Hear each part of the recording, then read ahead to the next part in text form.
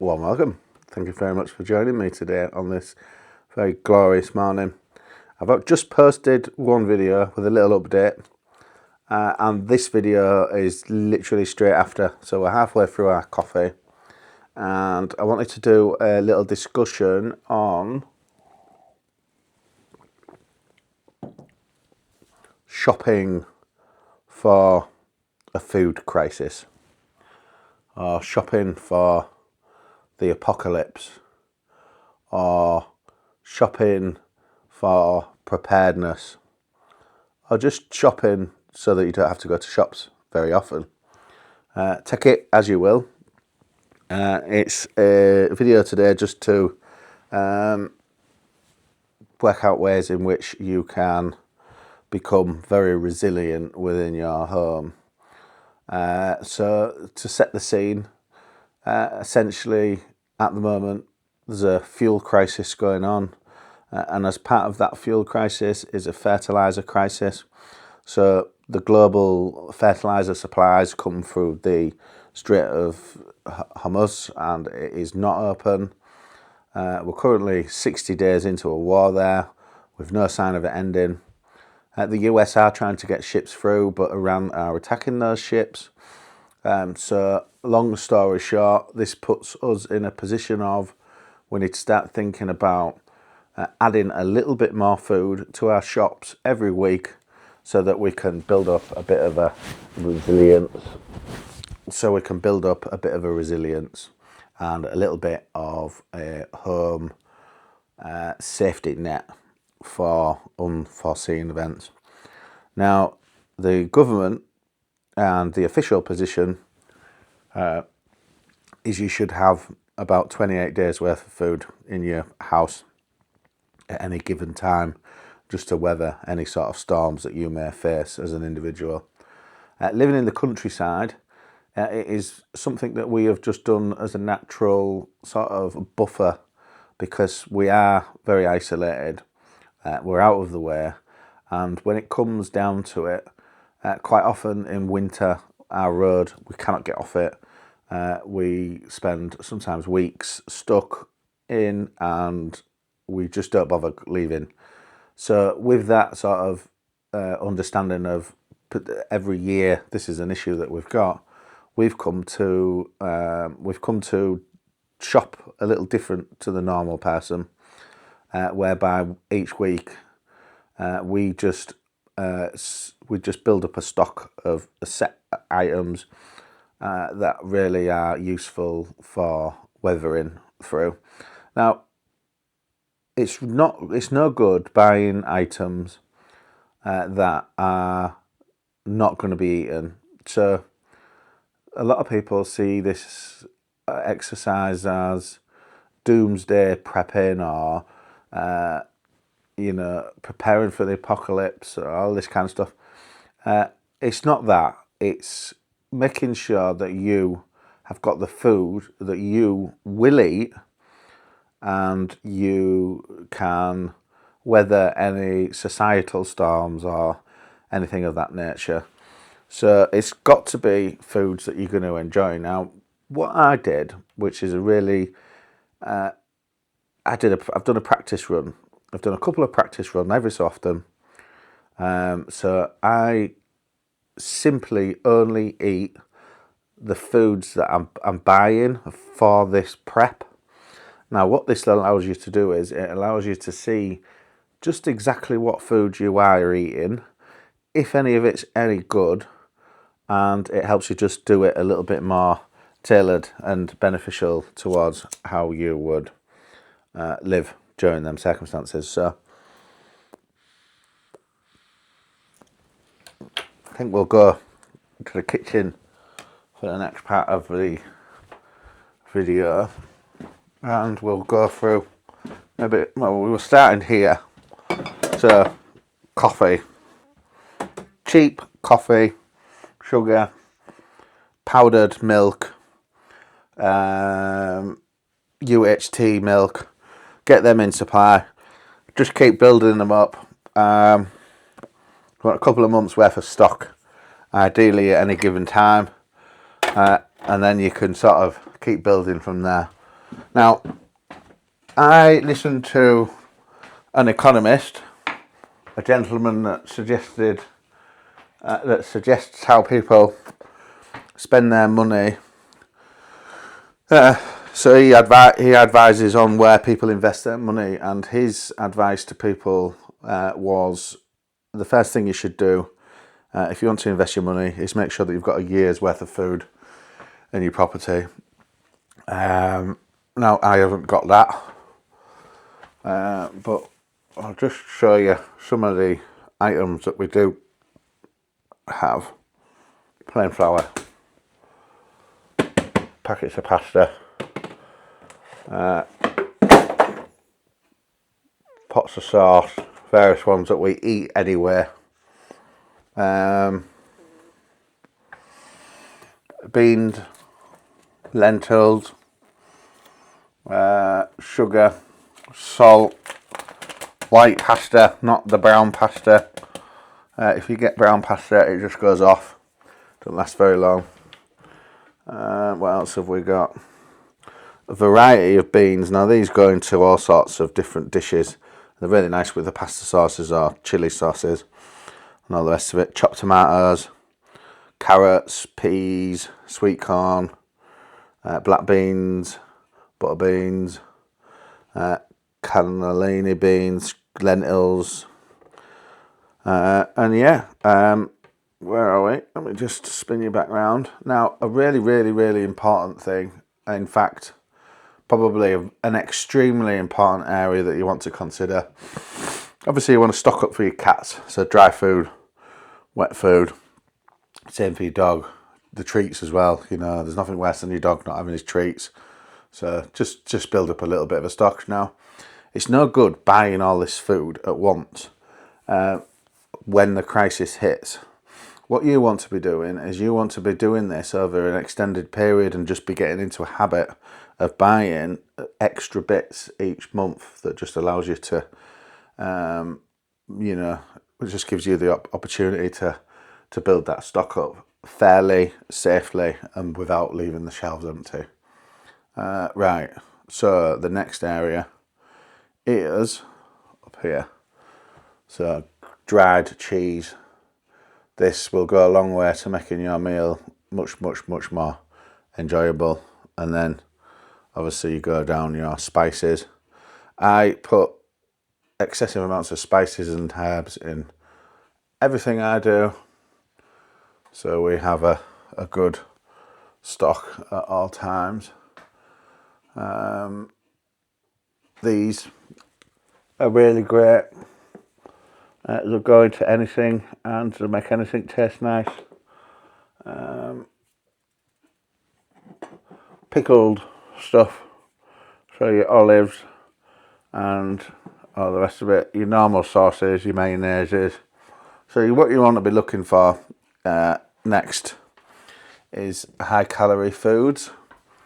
So you want to be testing all this food out as well, because it's all good and well buying this food, but you want to be able to eat this, and you'll be surprised. I've found some really good foods. So for things like curries from Sainsbury's, these tinned curries are absolutely banging. Now, what's really good about these is there's a lot of sauce, so you can throw in lentils, chickpeas, that sort of thing, and you can really bulk this up. And then obviously fill it up with your rice, and then you've got huge potential meals. I mean, she likes these ones. These are absolute winners. The stag chilies. Again, you're going to be bulking that straight up. Lentils and various other beans. And yeah, pots. You know, creamy tomato, pasta bake stuff, mac and cheese, tomato and chilli, various different pastas we get, tuna, sardines. These ones are the best ones, I think, for you, but these ones are the tomato ones. I'll tell you what is an absolute dream. One of my favourite foods well, I say favourites. So it's always worth testing out what you buy in, because obviously I buy a lot of tinned meat now. It's just something that I've just got into the habit of, and I have that rotating throughout my normal diet, because I've trying to make it so that well, firstly, I originally wanted to do this so that I could work out what foods I'm going to actually enjoy and what I'll actually eat. So these peck pork tins are the bee's knees. Really nice. It's like a really, really, really nice sausage and egg sandwich that I've been having. And you could just put cheese on it as well. So absolutely great. What else have we got? There was one that I wanted to tell you to just maybe not get. It's the this one's nice. This one's a very good one to get. Again, great in sandwiches. And then you where is it gone? Yeast. Yeast is another one. Make sure you get plenty of yeast. Tomato puree, garlic puree. Biscuits. Biscuits are cheap, they last forever. Tins of tuna. What else have we got? Tinned fruit. Maple syrup. These guys like pancakes, so we just throw a couple of them in the cupboards. Peanut butter, high calorie, cheap as chips, and goes in your chilies and all the rest of it as a really nice bulking flavour agent. I like the porridge oats, because obviously you can make flapjacks and all the rest of it. Plenty of gravy, noodles and all that kind of stuff. And then obviously your meats. So your meats. Corned beef every day for me. Absolutely glorious. I absolutely love my jam. So does everybody else. I get boiled potatoes. That's something that's always in. Chicken in white sauce. Now you can make a really nice curry with that. So just throw it in, and then throw all your curry herbs and spices in, and you've got an unbelievably nice curry there. Cured chicken, cured ham. Absolutely lovely. I like to chop these up into little tiny cubes and put them in pasta. Nice on sandwiches as well. Bacon grill. This was the one that I was... now, bacon grills, I thought would be absolutely banging. Not as nice. Still edible. But I would maybe avoid that one. It's the first one I went for, you see. That's why I'm saying that maybe it's worth avoiding. So with tins, things like meatballs are really cheap. What you want to be thinking about is high calorie, but you want to be thinking about your meat, you know, your proteins, that sort of thing. Yeah. What else have we got? Flour. Flour is something that you want in all the time.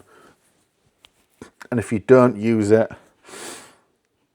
one of the first things I would start making at home is pizza dough and flatbreads. Pizza dough and flatbreads. Just get them two ideas down because they go a long way.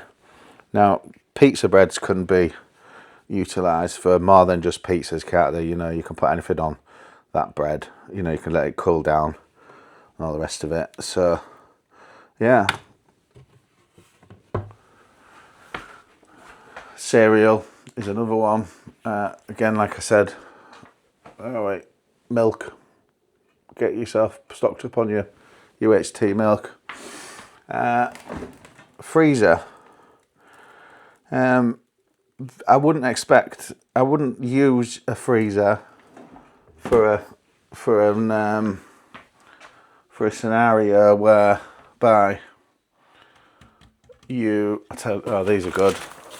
So the thing is as well, you want all your nice goodies all the food that you normally eat, popcorn, stuff like that, that's just going to keep everybody happy. Coffee, you must get your coffee, because obviously you've got a morale situation here. Now, if we're in a crisis and you haven't had your morning coffee, it is more of a crisis, isn't it? So, yeah, all your long storage stuff, pestos, just all stuff that's like got a shelf life for forever. And then what I've done is I've just adapted myself so that we eat out of more tins. You know, I make everything from scratch anyway, as much as humanly possible, and have a good few staple meals that I've. And if you don't know a few staple meals, a chili's a good one. Obviously, a bolognese, curry, pastas go forever. I mean, if you get loads of pickled stuff like olives and what other pickled stuff, you can get anything pickled, can't you? But they all go into your pastas with mayonnaise and some grated chips, you know, some dried cheese, and that's a real winner, is that?